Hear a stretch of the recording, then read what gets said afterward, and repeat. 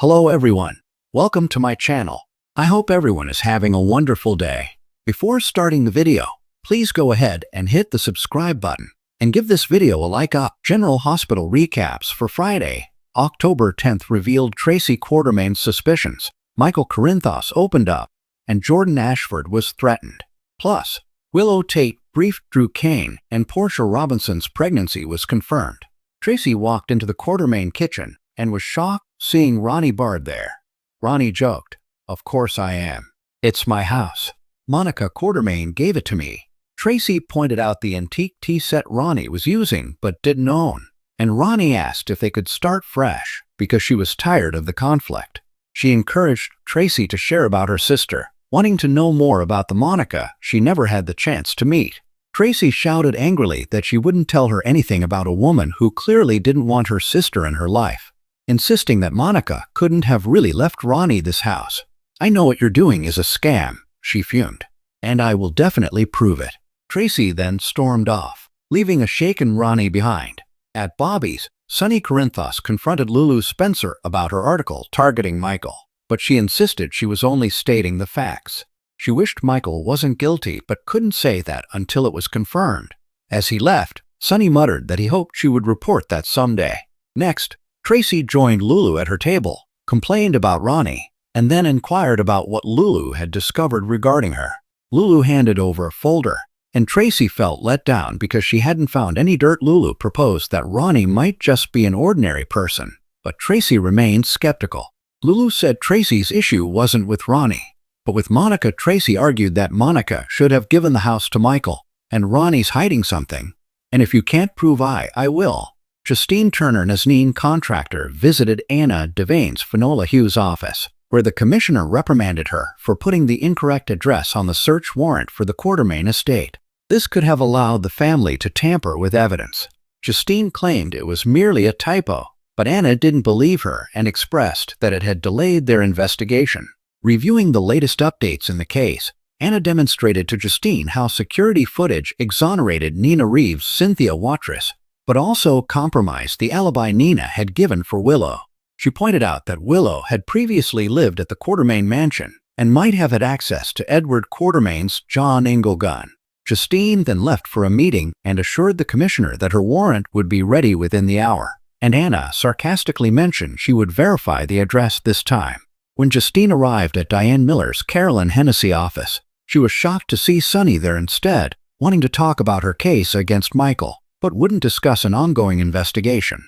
Sonny cautioned that if Michael faced charges for Drew's shooting, she might never be able to prosecute again. Justine questioned whether he was threatening her. He said he was merely highlighting her conflict of interest, reminding her of the time she overheard Drew extorting him. Sonny maintained that she couldn't handle the case because she was compromised. He suggested she hand it over to one of her colleagues, and Justine pondered if he was trying to look out for her, to which he responded, "I'm protecting us." At the hospital, Jordan Ashford Tanisha Harper praised Drew for the progress he was making in his recovery, but was shocked when he told her that she could help save Curtis. Drew shared that he believed Curtis was the one who shot him, but he didn't want the police to focus on him. Therefore, he asked her to use her influence to persuade Anna to arrest Michael in return. He promised to ensure that Curtis wouldn't go to prison. When Jordan realized that Drew had promised Willow he'd frame Michael so she could regain custody of her children, she firmly refused to assist him with his plans. "I don't get it, Drew. You almost died. You were lucky to have another chance at life. It's sad and pitiful to watch you waste it." Then stormed out of his room. Lucas Jones Van Hansis interrupted Isaiah Gannett Sawandi Wilson as he daydreamed about Portia in the hospital break room. While they talked, Isaiah mentioned he was close to completing the restoration of the cabin that lucky Spencer Jonathan Jackson had given him. Lucas proposed it would be a lovely place for a romantic retreat, and seeing Isaiah's response, he questioned whether he was involved with someone. Isaiah was somewhat evasive but confessed that his situation was complicated.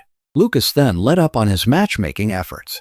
In the hallway, Portia felt let down because her hospital pregnancy test results were still not available, so she requested Dr. Frida Navarro Cristina Ferraro to expedite the process. Later on, the OB/GYN informed her that she was 7 weeks pregnant, which shocked Portia, and then she thought back. Portia remembered sleeping with both Curtis and Isaiah and frowned as she established the date, realizing she had no way to guess which one was the father. Then Jordan bumped into them, expressed a little frustration about Drew, awkwardly apologized for interrupting, and left them alone. Willow reassured Elizabeth Baldwin, Rebecca Herbst, that it was okay for her to let Michael into the house to talk about Amelia and Wiley Corinthos Firing Weaver, Serenity and Sequoia Mork Mako. She was determined to do anything to see her children again. She then went to work, where she informed Drew that the doctor would soon sign his release. He was thrilled to return to their life together. She mentioned that she was looking forward to seeing her kids today, but when she learned that Michael had set up family therapy for everyone, Drew warned it could be a trap. He said the therapist might write a negative report for the court. Willow was prepared to take that chance to see her children and advised her to bring her own witness. Michael visited Aurora, and Curtis was surprised that he wasn't more upset about Lulu's article blaming him for shooting Drew. Curtis also pointed out the error on the search warrant, and Michael appreciated that Monica's sister had noticed it. Later, when Michael got home, he found Ronnie drinking tea, and she confessed that she was still trying to understand everything going on. Michael encouraged her not to let Tracy affect her and thanked her for her help with the search warrant. She inquired if he had any reason to be concerned, then apologized for prying, but Michael clarified that Drew had made many enemies in town, mentioning his attempt to demolish the family crypt. Ronnie asked about Willow, and Michael recounted how their marriage fell apart when she cheated on him with Drew.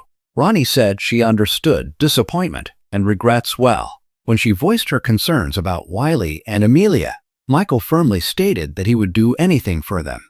Their needs must come before anyone else's, he promised, even their mothers. Jordan visited Curtis's office to update him about Drew threatening to claim he was involved in the shooting unless she pressured the police to arrest Michael.